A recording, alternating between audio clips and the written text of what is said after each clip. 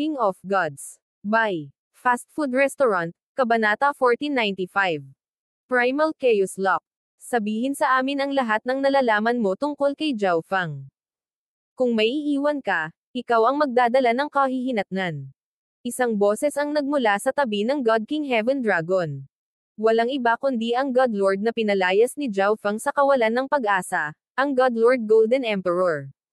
Ngunit sa tabi ng isang God King, siya ay tila hindi gaanong mahalaga at kapansin-pansin. Nabigo pa nga siyang mapansin ng Pure Yang Palace Master noong una. Oo, noon, tinawag ni Zhao Fang ang kanyang sarili na Zhao Wang at 2 beses siyang tumulong sa Pure Yang Palace, bukod pa sa pananatili niya sa Pure Yang Palace sa loob ng ilang panahon. Ang Pure Yang Palace Master ay hindi nang ahas na itago ang anuman at ibinunyag ang lahat ng kanyang nalalaman tungkol kay Zhao Fang. Siyempre, alam na niya ngayon na ang pagpapaamo ni Zhao Fang sa maliit na pas ang magnanakaw ay isang gawa lamang. Nang banggitin niya ang bagay tungkol sa legacy ng Heaven Mending Race, nagningning ang mga mata ng God King Heaven Dragon. Malinaw na kahit na ang isang God King ay labis na interesado sa pamana ng Heaven Mending Race. Saan matatagpuan ang legacy? Sa wakas ay nagsalita ang God King Heaven Dragon. Ang walang hugis na sound wave ay nagiging golden ripples na kumalat palabas at tumagos sa isipan ng iba. Pagkatapos, pumasok ang God King Heaven Dragon sa Yellow Dragon Secret Dimension para maghanap ng mga clue, kahit na pumasok sa dimensyon kung saan nakuha ni Zhao Fang ang legacy. Ang enerhiya ng Primal Chaos dito ay napakataas na antas. Mahinang ungol ng God King Heaven Dragon. Ipinagpalagay niya na isang legacy ng Heaven Mending Race God King ang naiwan sa lugar na ito. Kamahalang Heaven Dragon, noong nakipag-away ako kay Zhao Fang, gumagamit din siya ng Primal Chaos na enerhiya. Bulong ng God Lord Golden Emperor. Sabay tahimik na nagmura. Tiyak na nakuha ni Zhao Fang ang legacy ng Heaven Mending Race sa lugar na ito. Kung hindi magiging ganoon kalakas si Zhao Fang, at hindi siya matatalo. Iutos ang buong Tongtai Zone na maghanap ng mga bakas ni Zhao Fang. Isumbong mo sa akin kapag may nahanap ka. Ipinag-utos ng God King Heaven Dragon. Maliwanag na ang God King Heaven Dragon ay handa na personal na kumilos. Oo, ang God Lord Golden Emperor ay tumawag. Ang taong ito ay napakalakas. Maging ang Golden Emperor ay natalo. Nagdilim ang mukha ni God King Heaven Dragon. Kahit na naibigay na ang mga misyong ito sa kanyang mga subordinate, medyo nagdududa pa rin siya. Isang malamig na liwanag ang sumilay sa kanyang mga mata, at pagkatapos ay nawala siya. Unti-unting bumalik sa normal ang mundo, at nakahinga ng maluwag ang lahat ng miyembro ng Pure Yang Palace. Nangamba sila na ang God King Heaven Dragon ay maglalabas ng kanyang galit sa insidente ni Zhao Fang sa Pure Yang Palace. Ngunit ang mga God King ay mga individual na maunawain. Naunawaan niya na ang bagay na ito ay walang kinalaman sa Pure Yang Palace, kaya hindi na niya inimbestigahan pa ang bagay na ito. Gayunpaman, nagkakaproblema ang Shadow Stream Peak. Matapos malaman ang tungkol sa legacy ng Heaven Mending Race, lihim itong nagplano na kunin ito para sa sarili nito at sirain ang Pure Yang Palace. Ito ay maaaring ituring na sadyang nagsisimula ng digmaan sa isang 5-star faction upang pahinain ang kabuuang lakas ng Tongtai Zone. Bilang karagdagan, ang God King Heaven Dragon ay medyo interesado sa legacy ng Heaven Mending Race. Kung ang Shadow Stream Peak ay nagulat ng bagay na ito sa simula, ang Heaven Mending Race legacy at ang 9th God Eye ay maaaring pareho sa kanya. Ngunit dahil ang Shadow Stream Peak ay mayroon na lamang isang Diyos na natitira, hindi ito pinarusahan ng Golden Dragon Sacred Land. Habang hinahanap ng Golden Dragon Sacred Land si Zhao Fang ng buong lakas, gayon din ang karamihan sa iba pang mga zone sa Ancient Desolate Realm of Gods. Pagkatapos ng lahat, ito ay ang 9th God Eye. Ang pagkuha nito ay maaaring magpapahintulot sa isa na ganap na baguhin ang kanilang kapalaran.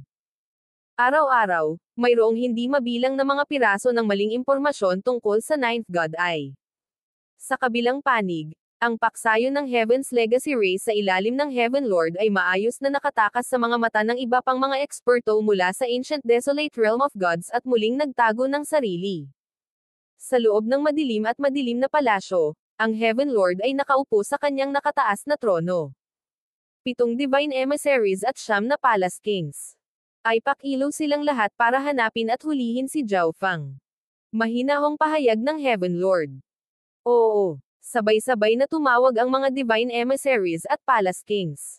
Matagal na nilang nalaman na si Zhao Fang, na nakakulong sa isang lihim na silid sa loob ng Divine Kingdom, ay nakatakas. Mahirap isipin na darating ang isang sandali na maging ang kanilang Heaven Lord ay magdurusa sa pagkawala. Kapag nahuli mo siya, pilayin ang kanyang paglilinang.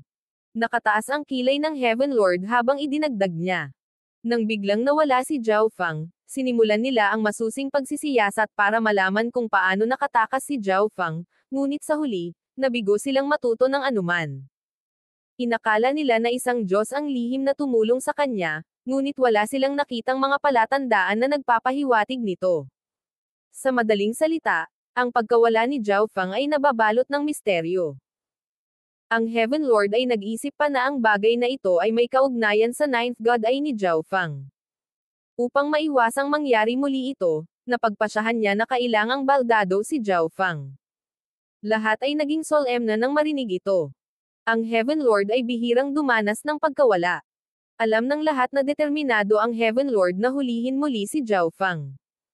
Kaya, ang sinumang makahuli muli kay Zhao Fang ay walang alinlangan na gagantimpalaan ng sagana.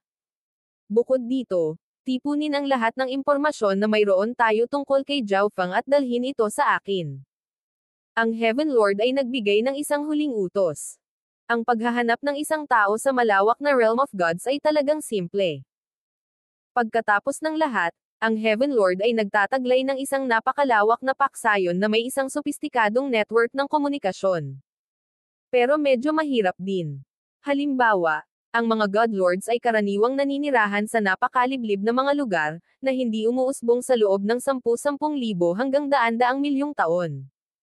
Maging ang kanyang paksayon ay mahihirapang mag-imbestiga sa mga ganoong tao.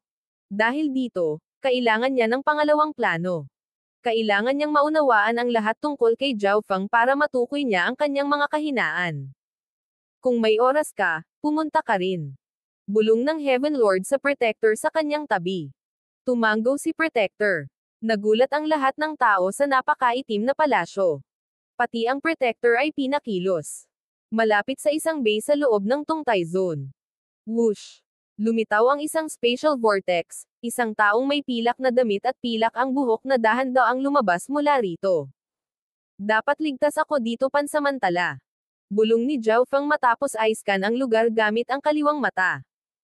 Pumasok siya sa kanyang Dream Divine Kingdom. Sa loob ng isang tahimik na lambak na nababalutan ng malamig na ambon ay isang puno ng nakasisilaw na parang panaginip na mga kulay, na nagliliwanag ng maraming kulay na halo na nagbibigay kulay sa nakapaligid na fog. Ang maraming kulay na punong ito ay walang iba kundi ang ubod ng Dream Divine Kingdom. Sa sandaling narating niya ang lugar na ito, umupo si Zhao Fang na naka-cross-legged sa lupa at ginamit ang kapangyarihan ng Divine Kingdom upang bumuo ng isang espesyal na cultivating dimension.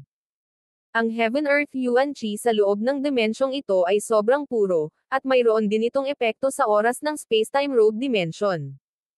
Pagkatapos kumuha ng ilang mapagkukunan at magpahinga ng ilang araw, nakabawi si Zhao Fang mula sa lahat ng kanyang pagkapagod sa pag-iisip. Si Zhao Fang ay pumasok sa liblib na paglilinang. Third Heaven God Lord. Late Stage Law. Naisip ni Zhao Fang ang kanyang pakikipaglaban sa God Lord Golden Emperor. Mayroong malakas at mahina na mga batas, malalim at mababaw. Ang Third Heaven God Lords ay nagtataglay ng mga late stage na batas. Ito talaga ang dahilan kung bakit si Zhao Fang, kasama ang kanyang dalawang ancestral artifact fragment at ang kanyang space-time law, ay hindi nakakuha ng ganoong kalaking bentahe laban sa God Lord Golden Emperor. Samantala, maaari niyang patayin ang First Heaven sa isang sulyap at Second Heaven God Lords sa kaunting pagsisikap lamang. Kung maabot ko ang Second Heaven, mas may kakayahan akong labanan ang Third Heaven God Lords. Nakatutok ang mga mata ni Zhao Fang. Ngunit ang pagpapabuti ng isang batas ay higit na nauugnay sa pag-unawa sa batas. Bukod dito, kamakailan lamang ay nakalusot si Zhao Fang. Ang pag-abot sa Second Heaven ay tila hindi masyadong makatotohanan. Kaya, pagkatapos na gumugol ng ilang oras sa pag-iisa sa maliit na epekto, tumigil si Zhao Fang. Bagamat hindi niya maisulong ang kanyang paglilinang, mayroon siyang ibang paraan ng pagtaas ng kanyang lakas. Ang nilalaman ng Primal Chaos Scripture ay lumitaw sa kanyang isipan. Na-convert ko na ang 80% ng aking divine power sa Primal Chaos Energy. Tapusin na natin ang pag-convert sa iba. Ipinadala ni Zhao Feng ang kanyang isip sa kanyang God Altar, na-activate ang Paramount Scripture, at sinimulan ang proseso ng conversion. Nahati din niya ang isang bahagi ng kanyang isip upang pag-aralan ang mga bloodline na sikretong sining at mga kasanayan sa pakikipaglaban ng heaven-mending race na nasa loob ng Primal Chaos Scripture. Ngunit natuklasan ni Zhao Feng na ang unang ilang lihim na sining ay nauugnay sa pag-aayos ng mga sukat, ang Fan Universe, at mga espesyal na uri ng mga sukat. Batay sa kanyang nalalaman noong ancient era, ang heaven-mending race ay isang lahing pacifistic. Ang lahi na ito ay bihirang sumali sa mga salungatan sa mga mapagkukunan. Sa halip, naglibot ito sa Fan Universe at inayos ang mga butas sa kalawakan, pinapanatili ang normal na operasyon ng buong Fan Universe. Bagamat minana ni Zhao Feng ang legacy ng heaven-mending race, hindi niya namana ang kanilang kalooban. Hindi siya pasipista. Nilaktawan ang mga nilalamang ito, sinimulan niyang basahin ang mga diskarte sa pakikipaglaban. Ang mga kasanayan sa pakikipaglaban para sa enerhiya ng Primal Chaos ay napakahirap at karaniwang ginagamit kasabay ng bloodline ng isang tao. Si Zhao Feng ay hindi matako. Pinili niya ang isa lamang sa mga diskarteng ito na unang tutukan. Primal Chaos Lock. Ito ang kasanayang pinagpasyahan ni Zhao Feng. Gumamit si Beiming Hui ng katulad na kasanayan upang makuha siya. Pagkatapos niyang ikulong, ang karamihan ng enerhiya na ginamit ni Zhao Feng ay naabsorb ng Primal Chaos Lock, na naging dahilan upang siya ay hindi na kayang lumaban. Bukod dito, ang Primal Chaos Lock ay maaaring gamitin kasama ng kanyang space-time barrier para sa mas magandang epekto. Nang maisip niya ito, sinimulan ni Zhao Feng na linangin at maunawaan ang kasanayang ito. Lumipas ang 1 taon, ngunit 3 o 4 na araw lamang ito sa labas ng mundo. Ganap na ngayong na-convert ni Zhao Feng ang kanyang Chaos Origin Divine Power sa Primal Chaos Divine Power. Para sa Primal Chaos Lock, naintindihan ni Zhao Feng ang higit sa kalahati nito.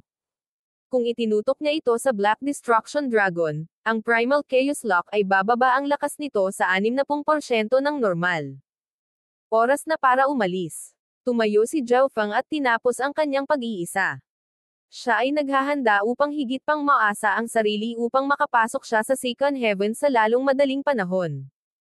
Siyempre, may isa pa siyang plano, imbestigahan ang iba pang mga paksayon at intelligence network na itinanam ng Heaven's Legacy Race sa iba't ibang zone. Hindi lamang siya makakabuo ng mas malalim na pag-unawa sa Heaven's Legacy Race sa pamamagitan ng mga paksayon na ito, ngunit maaari rin niyang pahinain ang Heaven's Legacy Race sa pamamagitan ng pagsira sa kanila at higit pang ginagarantiyahan ang kanyang kaligtasan. Sa labas ng mundo, biglang huminto ang isang gintong figure na lumilipad. Divine Kingdom. Ang nakakasilaw na mga mata ng gintong figure ay tumigil sa isang tiyak na punto sa hangin. Ang taong ito ay lubos na katulad sa hitsura ng God King Heaven Dragon na nagpakita sa Puryang Palace. Kahit na ito ay isang pagkakamali, kailangan kong tingnan. Naging mataimtim ang tingin ng Golden Elder. Boom! Inilabas niya ang isang palad. Isang mahinang alon ng gininto ang liwanag ang mabilis na nagsimulang kumalat sa buong mundo. Sa sandaling ito, lumitaw si Zhao Feng sa malapit. Ano? Napangiti si Zhao Feng. Sa sandaling lumitaw siya, naramdaman niya ang nakakagulat na mga alon ng divine power. Boom! Bang! Ang mga gininto ang alon ng liwanag ay humampos sa hangin, na nagdulot ng puwang na umikot at pumutok. Nagulat si Zhao Feng. Kung kanina pa siya nagtatago, ang kanyang Divine Kingdom ay inatake na ng mga alon ng enerhiya na ito. Golden Dragon Sacred Land. Ang enerhiya ng bloodline at mga natatanging katangian ay nagbigay daan kay Zhao Feng na mabilis na makilala ang kanyang kalaban. Pinigilan ng kanyang kalaban ang kanyang enerhiya upang hindi makita ni Zhao Feng ang kanyang tunay na antas ng paglilinang. Gayunpaman, ang kanyang God Spiritual Eye ay nagsisimulang pumutok at pumutok. Sa sandaling ito, ibinaling ng Golden Elder ang kanyang nagtatakang mga mata kay Zhao Feng. Ang Ninth God Eye, Zhao Feng. Natuwa siya. Kasabay nito, unti-unti niyang nilalabas ang kanyang lakas. Ang buong mundo ay nagsimulang magkaroon ng gininto ang kulay, at ang buong rehiyon ay nasa ilalim ng kontrol ng kanyang makapangyarihang metal law. King of Gods, Kabanata 1496. God King Heaven Dragon. Nang maramdaman ang makapangyarihang metal law na iyon, nalaman kaagad ni Zhao Feng na masama ang sitwasyon. Ang taong nauna sa kanya ay mas malakas kaysa sa inaakala niya. Takbo. Nang walang ibang salita, inilipat ni Zhao Feng ang kanyang space-time law at naglaho. Gusto mong umalis. Bahagyang ngumiti ang gintong elder at naging isang gintong bahid ng liwanag habang hinahabol niya. Napakamangha-bilis. Naalarma si Zhao Feng nang maramdaman niya ang malakas na enerhiya na patuloy na lumalapit. Nararamdaman niya na ang elder na ito ay hindi lamang sanay sa metal law, kundi isang light law din. Ang dalawang batas na ito ay nagbigay ng napakalaking pagpapalakas sa bilis ng isang tao. Ito, kasama ang katotohanan na ang Golden Elder ay may mas mataas na antas ng paglilinang, nangangahulugan na siya ay mas mabilis kaysa kay Zhao Feng pagdating sa bilis. Pero sa totoo lang, mas nagulat ang Golden Elder. Ang isang pick na First Heaven ay talagang napakabilis na hindi niya agad nahabol. Gayunpaman, sa harap ng ganap na lakas, ang lahat ng iba ay walang kabuluhan. Zhao Feng, sumama ka lang sa akin. Sigaw ng gintong matanda habang ikinakaway ang palad. Kaboom! Ang gininto ang liwanag ay nauwi sa isang gintong dragon na umuungal at bumaril pasulong. Isang split segundo lang ang itinagal para marating ng Golden Light Dragon si Zhao Feng. Ang pag-ataking ito ay higit na malakas kaysa sa pagsisiyasat ng gintong elder. Primal Chaos Lightning Vortex. Agad na ginamit ni Zhao Feng ang kanyang defensive skill, na lumikha ng itim na kidlat na vortex sa paligid niya. Kasabay nito, lumabas mula sa space-time robe ang isang hadlang na ginawa mula sa enerhiya ng space-time law. Hindi siya magpipigil laban sa gayong makapangyarihang eksperto. Boom! Bang! Lumipad ang gintong dragon lampas kay Zhao Feng. Ang kakayahang mag-obserba ng kanyang God Eye at ang kanyang hindi kapani-paniwalang bilis ay nagbigay daan kay Zhao Feng na lumipat sa gilid ng kaunti upang ang gintong dragon ay dumaan. Ngunit ang isang malaking tipak ay pinutol mula sa gilid ng Primal Chaos Lightning Vortex, at ang mga depensa ng space-time robe ay halos ganap na napawi. Gusto kong makita kung gaano ka magtatagal. Ang gininto ang matanda ay ungol. Ang kanyang mukha ay kumpiyansa at hindi nababagabag. Mayroon siyang tiyak na pag-unawa sa lakas ni Zhao Feng. Gumamit siya ng napakalakas na pag-atake dahil alam niyang hindi ganoon kadaling patayin si Zhao Feng. Ang taong ito ay mas malakas kaysa sa God Lord Golden Emperor. Kung hindi isang pick Third Heaven, isa siyang God King. Ang mood ni Zhao Feng ay naging malungkot, at ang kanyang isip ay nagsimulang umikot habang sinusubukan niyang mag-isip ng ilang mga hakbang. Ang kanyang kalaban ay nagtataglay ng isang malalim na antas ng paglilinang, at kahit na ang bilis na palagi niyang ipinagmamalaki ay hindi makapagpapahintulot sa kanya na makatakas. At sa isang direktang paghaharap, imposible ang tagumpay kahit na ginamit niya ang Dream God Eye. Primal Chaos Tribulation Lightning Slash. Pinagsama ni Zhao Feng ang enerhiya ng Primal Chaos sa dalawang Primal Chaos Tribulation Lightning Swords. Boom! Mabangis niyang inindayog ang mga ito, pinaulanan ng Primal Chaos Tribulation Lightning Bolts ang Golden Elder. Ang mga mahinang pag-atake na ito ay hindi makakasakit kahit isang buhok sa matandang ito. Nanunuya ang gintong matanda. Boom! Bang! Crash! Gamit ang isang wave ng kanyang kanang kamay, itinakda niya ang enerhiya ng metal law na umaalulong pasulong, na pinawi ang lahat ng Primal Chaos na energy bolts sa paligid. Ipinakalat ni Zhao Feng ang kanyang mga pag-atake sa Primal Chaos sa isang malawak na hanay, na nagpapahintulot sa ilan sa kanila na mabuhay. Gayunpaman, malinaw na ipinahiwatig ng trajectory ng Primal Chaos Tribulation Lightning Bolts na ito na hindi nila matamaan ang Golden Elder, kaya hindi niya sila pinansin. Primal Chaos Lock.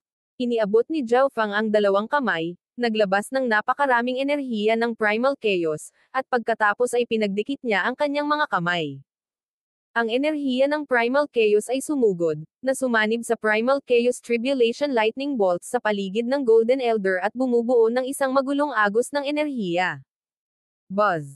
Biglang nagbago ang magulong agos na ito sa isang komplikadong bilog na pumapalibot sa gintong elder. Ang bilog ay nagsimulang bawiin, sinusubukang i-lock ang gininto ang matanda sa loob nito. Napakawalang kwenta. Sigaw ng gintong matanda. Ang isang tao sa cultivation ni Zhao Fang, kahit na anong diskarte ang ginamit niya, ay hindi makakaapekto sa kanya. Ngunit habang naghahanda ang gininto ang elder sa pag-atake muli, ang space-time robe ni Zhao Fang ay nagpakawala ng isang hadlang ng hindi tunay na silver light. Sa sandaling ito, itinulak ni Zhao Fang ang parehong mga fragment sa space-time robe sa kanilang limitasyon. Ang space-time barrier at primal chaos lock na pinagsama ay nagawang makaapekto sa gintong elder sa loob ng ilang sandali. Ginamit ni Zhao Fang ang pagkakataong ito para makapasok sa kanyang Divine Kingdom, at ang una niyang ginawa ay ang pagtulog. Ang space-time robe na ito ay may dalawang fragment ng ancestral artifact. Ang gininto ang elder ay may ilang pananaw sa kung ano ang nasa loob ng space-time robe at medyo nagulat. Kahit na para sa mga God King, ang mga fragment ng ancestral artifact ay lubhang mahalaga. Kapag ang isang tao ay nakaipon ng sapat na mga fragment ng ancestral artifact na may parehong katangian, mapapadalisay ng isa ang mga ito nang sama-sama sa isang nasira na ancestral artifact, na higit na magpapalakas sa kanilang kapangyarihan. Kaboom! Ang walang hangganang gininto ang ningning ay sumabog mula sa katawan ng matanda, na sinamahan ng hindi mabilang na umaatungal na mga imahe ng dragon. Sa ilalim ng kapangyarihang ito, unti-unting ibinaba ang space-time barrier at primal chaos lock. Sa tingin mo, magiging maayos ka kung makakapagtago ka sa iyong Divine Kingdom. Tumawa ang Golden Elder. Buzz. Ikinumpas niya ang kanyang palad, nagpakawala ng gininto ang alon ng liwanag na sinasapian ng kapangyarihan ng isang space law. Ang mga God Lord, bukod sa paglilinang ng kanilang pangunahing batas, ay maglilinang din ng iba pang mga batas upang magsilbing suporta, at ang mga space law ay isang karaniwang pagpipilian. Kaboom! Ang gininto ang alon ng liwanag ay tumama sa hangin, na lumikha ng spatial whirlpool na lumikha ng hindi mabilang na spatial fissure. Ngunit unti-unti, nagsimula itong hamina, at ang lahat ay bumalik sa normal. Ang Divine Kingdom na ito ay talagang napakatibay. Medyo nagulat ang Golden Elder. Ang Divine Kingdom ng anumang iba pang Pick First Heaven God Lord ay madudurog sa ilalim ng isang hampas niya. Siyempre, wala siyang ideya na ang Divine Kingdom ni Zhao Fang ay napakalago sa Dream God Eye sa lahat ng oras na ito.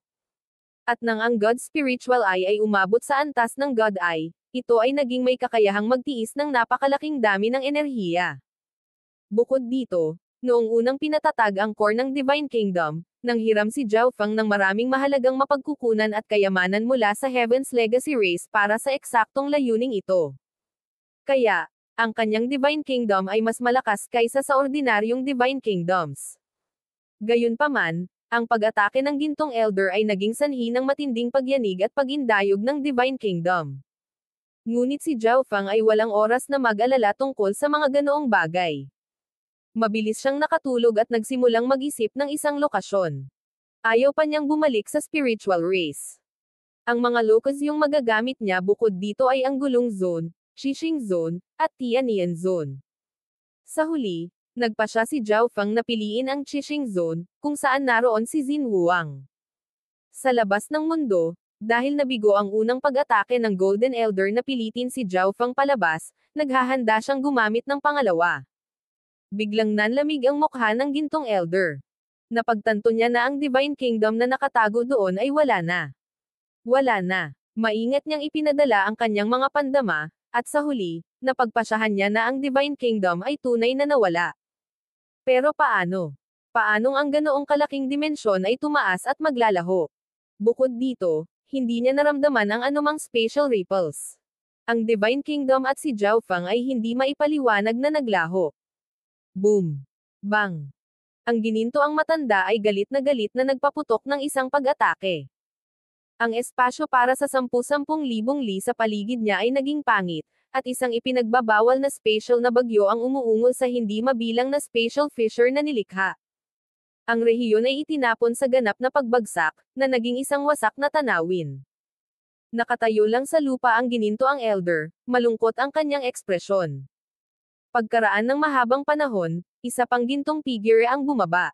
Ang taong ito ay walang iba kundi ang God King Heaven Dragon, na nagpakita sa Puriang Palace. Ang batang ito ay may ilang mga trick. Talagang nakatakas siya sa clone ng haring ito. Ungol ng God King Heaven Dragon. Pagkatapos umalis sa Puriang Palace, nagpa siya siyang personal na hanapin si Zhao Fang. Para sa layuning ito, ipinadala niya ang 5 clone na kanyang pinaghirapan sa loob ng maraming taon. Ang bawat isa sa mga clone na ito ay may 30 hanggang 60% ng lakas ng orihinal. Ang clone na nakahanap kay Zhao Fang ay isa sa mga mas mahina, na may halos 30% lang ng kanyang lakas. Si Zhao Fang ay nakatakas ng hindi nag-iiwan ng anumang mga pahiwatig, kaya maaari lamang niyang ipagpatuloy ang kanyang paghahanap. Sa Qixing Zone, sa labas ng Scorching Underworld, biglang lumitaw ang isang pilak na balabal. Noon, ginamit ng Twilight Valley ang Divine Kingdom ng Light Race para ihatid si Zhao Fang dito. Sa pagdating, hindi agad umalis si Zhao Fang, sa halip ay pumasok sa Divine Kingdom. Kinuha niya ang kontrol sa core ng Divine Kingdom at sinimulan ang pag-aayos sa mga nasirang bahagi ng Divine Kingdom.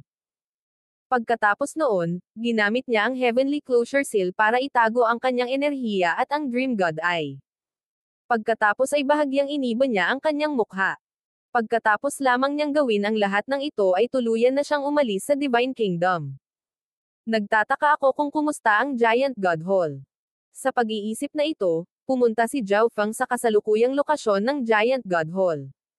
Mas pinagkakatiwalaan niya si Xin Huang kaysa sa karamihan, dahil matagal nang alam ni Xin Huang na may kakaiba sa kanyang kaliwang mata ngunit hindi kailanman naglabas ng anumang impormasyon tungkol dito.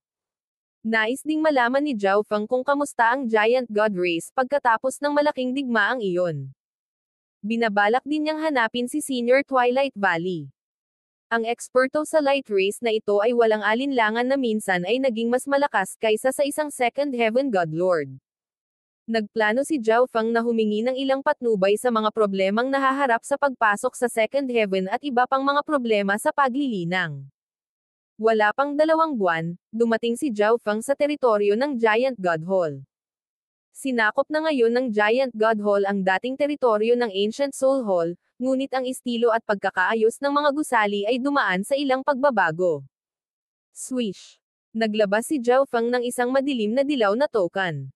Ito ang espesyal na mensaheng token na ibinigay ng Grand Elder ng Giant God Race sa kanya. Pagkatapos magpadala ng mensahe, pumasok si Zhao Fang sa Giant God Hall. Sa kanyang paglilinang at space law, siya ay nanatiling ganap na hindi natukoy. Sa huli, ligtas na narating ni Zhao Fang ang isang gintong octagonal na palasyo. Sa sandaling mabuksan ang domain, pumasok si Zhao Fang. Pagpasok niya sa palasyo, sinalubong siya ng malalim at masayang tinig. Brother Zhao, nakakatuwang makita na maayos ka. Noong unang nabunyag ang pagkakakilanlan ni Zhao Fang bilang 9th God Eye, maraming eksperto ang pumunta sa Qixing Zone upang hanapin si Zhao Fang. Marami sa mga ekspertong ito ang pumunta sa Giant God Hall upang magtanong at maghanap ng mga pahiwatig. Pagkaraan ng ilang taon, nalaman ni Xin Huang na kahit papaano ay nasangkot si Zhao Fang sa Heaven's Legacy Race. Siya ay nasa ilalim ng impresyon sa buong oras na ito na si Zhao Fang ay nakuha ng Heaven's Legacy Race. Hindi niya inaasahan na ganap na hindi nasaktan si Zhao Fang at bibisitahin pa siya. Ganun ba talaga ako kadaling makuha? Hindi mapigilan ni Zhao Fang ang mapangiti. Ngunit nang maisip niya ang lahat ng nangyari pagkatapos ng pagmulat ng 9th God Eye, nakita niya ang kanyang sarili na medyo naalarma. Para sa kanya na makaligtas ng ganito katagal ay talagang hindi madali. Nang tingnan niya ang Asher Robe na si Xin Huang, napagtanto niya na si Xin Huang ay isa na ngayong Second Heaven God Lord na halos nasa tuktok na, at ang kanyang pundasyon ay tila napakatibay. Ang kasalukuyang Xin Huang ay malamang na nakabawi sa antas ng paglilinang ng kanyang nakaraang buhay at marahil ay nalampasan pa ito.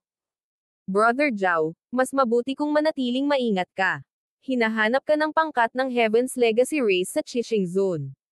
Hindi pa nagtagal, natuklasan namin ang isang nakatagong paksayon na malapit na konektado sa Heaven's Legacy Race. Bulong ni Xin Huang. Nagulat si Zhao Fang nang marinig ito. Nalaman niya ang ilang bagay noong panahon niya sa Divine Kingdom ng Heaven's Legacy Race. Halos bawat isa sa 18 zone ng Ancient Desolate Realm of Gods ay may mga subordinate na paksayon ng Heaven's Legacy Race. At ang tunay na layunin ni Zhao Feng ay palaging tanggalin ang mga nasasakupan na ito para pahinain ang kabuuang lakas ng Heaven's Legacy Race. Kapag nasira niya ang iba't ibang paksayon na itinago ng Heaven's Legacy Race, ang kanilang kakayahan sa pangangalap ng katalinuhan ay bumubulusok, kung saan ang paghahanap kay Zhao Feng ay parang paghahanap ng karayom sa karagatan. King of Gods, Kabanata 1497. Mga pagkilos ni Zhao Feng. Nagtanong si Zhao Feng kung saan matatagpuan ang pangkat na nauugnay sa Heaven's Legacy Race. Ngumisi si Xin Wuang. Brother Zhao, mas mabuti kung hindi ka kumilos ng walang ingat.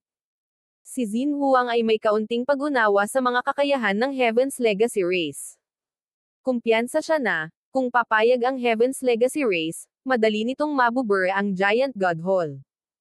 Gayunpaman, hindi maginhawa para sa Heaven's Legacy Race na ihayag ang sarili sa oras na ito, at hindi rin ito ang tamang oras para makialam sa istruktura ng kapangyarihan ng Qixing Zone. Ang Ancient Soul Hall ay kamakailan lamang ay lubhang nasugatan at nagkalat. Kung nagpasya na ngayon ang Heaven's Legacy Race na salakayin ang Giant God Hall, ang Sacred Land ng Qixing Zone ay hindi basta uupo at manunood. At sa totoo lang, walang bagay ang Giant God Hall na gusto ng Heaven's Legacy Race. Ang lahi na ito ay hindi kapani-paniwalang ambisyoso. Desidido silang makuha ang iyong God Eye. Muling hinimok ni Xin Wuang. Sa Light Race Divine Kingdom, nakita nila ang duplicate ng Ancient Race Bloodline. Bagamat napakababa ng antas ng pagsasanib, sapat pa rin ito para yumanig ang mundo. Kung ang may hawak ng Ninth God Eye ay pinahihintulutang maging hustong gulang, tiyak na siya ay magiging isang Diyos. Talagang susubukan ng Heaven's Legacy Race na mag-isip ng paraan para makuha ang Ninth God Eye bago maging Diyos si Zhao Feng. Kaya naman, pinayuhan ni Xin Wuang si Zhao Feng na humanap ng isang liblib na lugar upang tumutok sa paglilinang. Kapag ang kanyang lakas ay umabot sa isang tiyak na antas, maaari niyang ipakita ang kanyang mukha. Ngunit alam din niya na si Zhao Feng ay hindi ang uri ng tao na maaaring maupo. Siya ay palaging naghihiganti kapag siya ay mali. Relax. Alam ko ang limitasyon ko. Nanlalabo ang mga mata ni Zhao Feng. Ang Heaven's Legacy Race ay ang kaaway na pinakakinatakutan niya. Ang kaaway na ito ay patuloy na nagbabantay sa kanya, palaging nagtatago at pinipigilan ang sarili. Ngunit kailangan bang bawiin ni Zhao Feng ang kanyang shell dahil lang sa gusto nilang hulihin siya? Gusto niyang pahinain ang Heaven's Legacy Race ng paunti-unti, na kinukuha ang lahat ng mga benepisyo na maaari niyang makuha. Ito rin ay isang paraan ng paghahasa ng kanyang sarili at mabilis na pagtaas ng kanyang antas ng paglilinang. Isang araw, hindi na niya kailangang matakot sa Heaven's Legacy Race o sa matakon na mata ng sinumang tao sa Realm of Gods. Baka makapaghiganti pa siya. Bilang karagdagan, ang Heaven's Legacy Race ay may dalawang uri ng nakatagong paksayon, ang Heavenly Halls at ang Defying Palaces.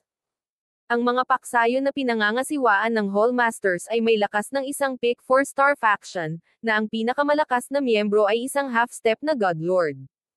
Madaling maalis ni Zhao Feng ang gayong mga paksayon.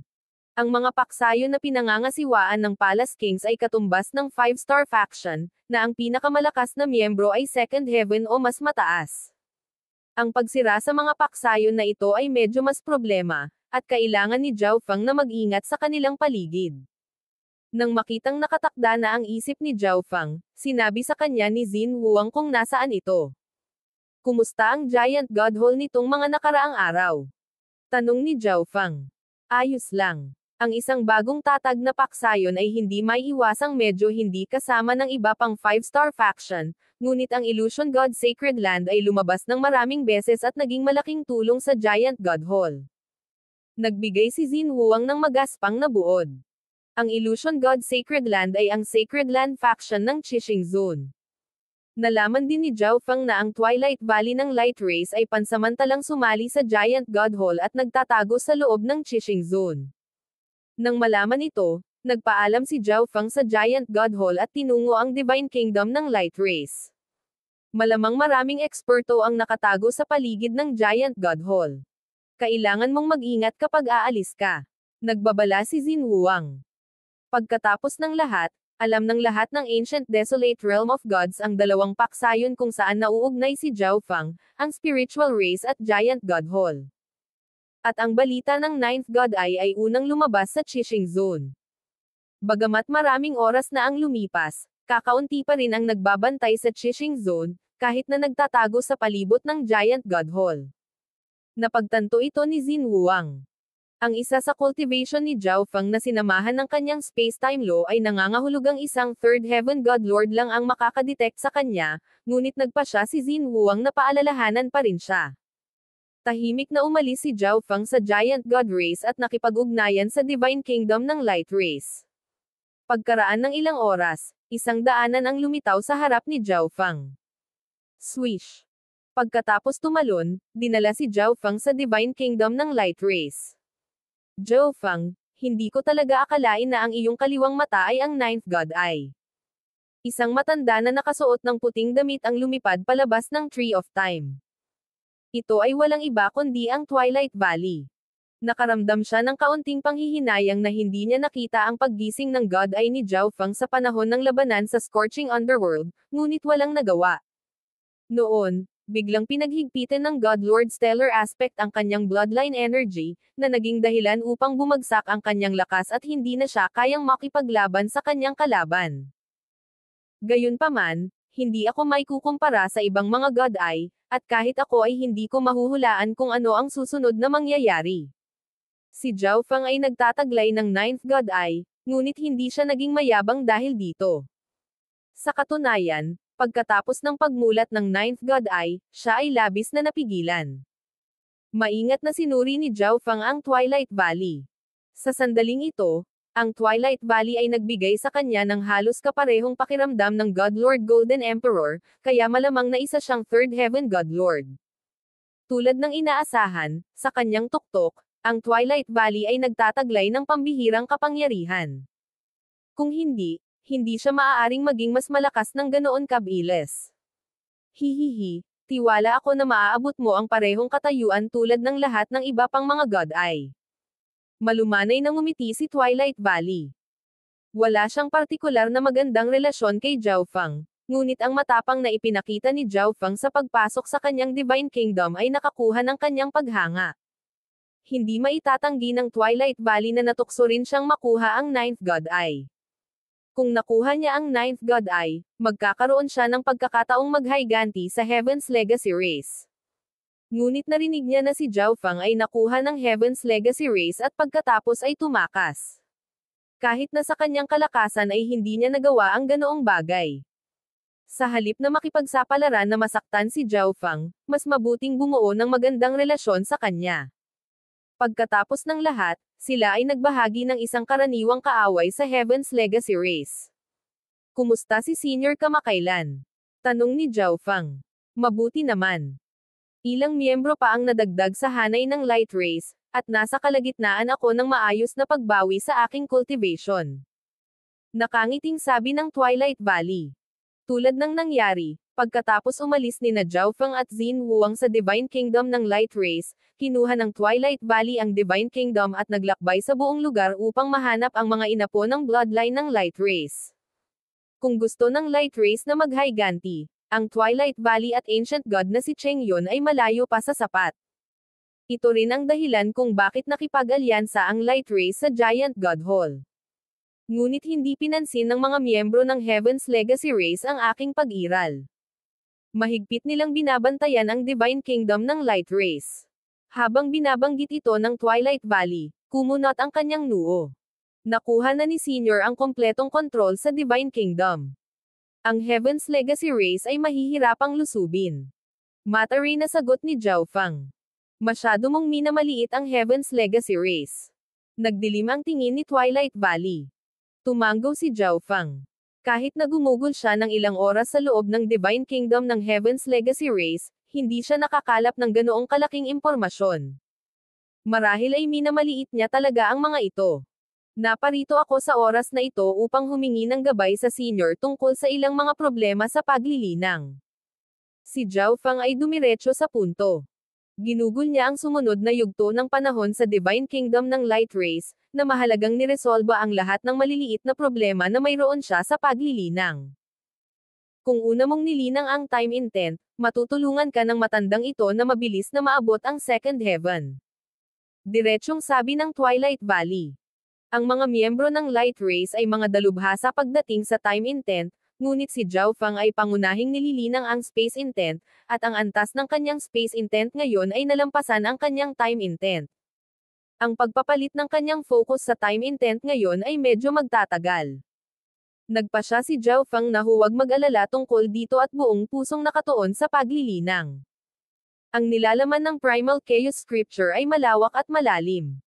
Ang nagawa lang niya noon ay i-convert ang kanyang Chaos Origin Divine Power sa Primal Chaos Divine Power. Tungkol naman sa kasanayan sa pakikipaglaban na Primal Chaos Lock, kasi simula pa lang niyang matutunan ito at hindi pa niya nakikilala ang sarili sa mga gawain nito.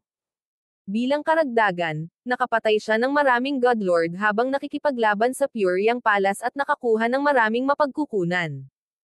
Maliit na bahagi lamang ng mga mapagkukunang ito ang kapakipakinabang kay Zhao Fang, kaya ibinigay niya ang natitirang mga mapagkukunan sa kanyang mga subordinate at clone upang magamit. Ang Black Destruction Dragon at Zhao Kong ay naging Godlords kamakailan at nangangailangan ng oras upang patatagin ang kanilang mga cultivations. Tulad ng para sa kanyang iba pang mga clone, kailangan nila ng malaking dami ng mga mapagkukunan upang maging Godlords. Lumipas ang 3 taon sa isang kisap mata. Sa panahong ito, nakagawa si Zhao Fang ng kaunting pag-unlad sa kanyang paglilinang ng Primal Chaos Divine Power, bilang karagdagan sa ganap na pag-unawa sa kasanayan sa Primal Chaos Lock. Ang kanyang mga subordinate at clone ay naging mas malakas din. Pagkatapos ng lahat, pinaulanan sila ni Zhao Fang ng mas maraming mapagkukunan kaysa sa matamasa ng mga Godlords ng Sacred Lands. Sa panahong ito, maayos na nakapasok sina Zhao Wang at Zhao Wan sa antas ng Godlord. Ang Black Destruction Dragon ay nakatanggap ng pinakamaraming mapagkukunan at naabot ang pinakamataas na First Heaven. Isang araw, tinapos ni Zhao Fang ang kanyang pag-iisa at naghanda na umalis sa Light Race Divine Kingdom. Kailangan mo ba ng tulong ko? Tanong ni Twilight Valley. Alam niya na ang layunin ni Zhao Fang sa pagkakataong ito ay sirain ang base ng Heaven's Legacy Race sa Qixing Zone. Kailangan kong problemayan si Senior. Bagamat may tiwala si Zhao Fang, ang Heaven's Legacy Race ay masyadong misteryoso, kaya nagpasya siyang tanggapin. Kung mayroong isang uri ng sakuna, ang tulong ng Twilight Valley ay lubos na pinahahalagahan. Ang Divine Kingdom ng Light Race ay may mga kakayahan sa pagtatanggol na katumbas ng Dream Divine Kingdom, at ang Twilight Valley mismo ay napakalakas. Swish! Tumalon si Zhao Fang sa isang daanan at umalis sa Divine Kingdom ng Light Race. Dahan-dahan siyang nagsimulang lumapit sa locus yung ibinigay sa kanya ni Xin Wuang. Una, kailangan niyang malaman kung ang nakatagong base na ito ay isang Heavenly Hall o isang Defying Palace. Kung ito ay isang Heavenly Hall, madali niya itong mapupunas, ngunit kailangan niyang tretuhin ng mas maingat ang isang Defying Palace. Narito ang isang dimensyon ng napakaitim na kadiliman na may tuldok na hindi mabilang na mga bituin, isang lugar ng misteryo at kalaliman. Dalawang matanda ang nakatayo sa gitna ng dimensyong ito. Ang isang elder ay may puti at magaspang na balat at tila 1,000 taong gulang na puno. Ang kanyang balat ay natato na may hindi mabilang na komplikadong mga karakter at mga imahe. Ang isa naman ay isang matanda na may dalang pilak na tungkod na may balbas na nakalaylay hanggang sa lupa. Kung makikita ni Zhao Fang ang second elder na ito, walang alinlangang aatake siya kaagad, dahil ang taong ito ay walang iba kundi ang Godlord Stellar Aspect. Sa harap ng dalawang matanda ay ilang mahiwaga at komplikadong hanay. Ang mga array na ito ay konektado sa isa't isa, hindi mabilang na mga salita ng Heaven's Legacy Race na dumadaloy sa pagitan nila. Lord Yu Liuping, ang Divine Kingdom ng Light Race ay nagsimulang kumilos. Ang Godlord Stellar Aspect ay tumawag. Magpadala ng mga tao para sundan ang Divine Kingdom ng Light Race. Tingnan mo kung ano ang ginagawa niya. Ang sinaunang Yu Liuping ay mukhang hindi nababagabag habang siya ay mahinahon na nagsasalita.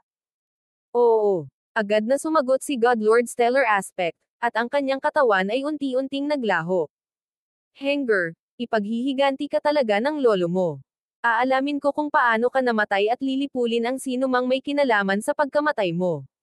Nang mawala na ang God Lord stellar aspect, isang pahiwatig ng pagmamahal ang lumitaw sa mga mata ni Yu Liuping.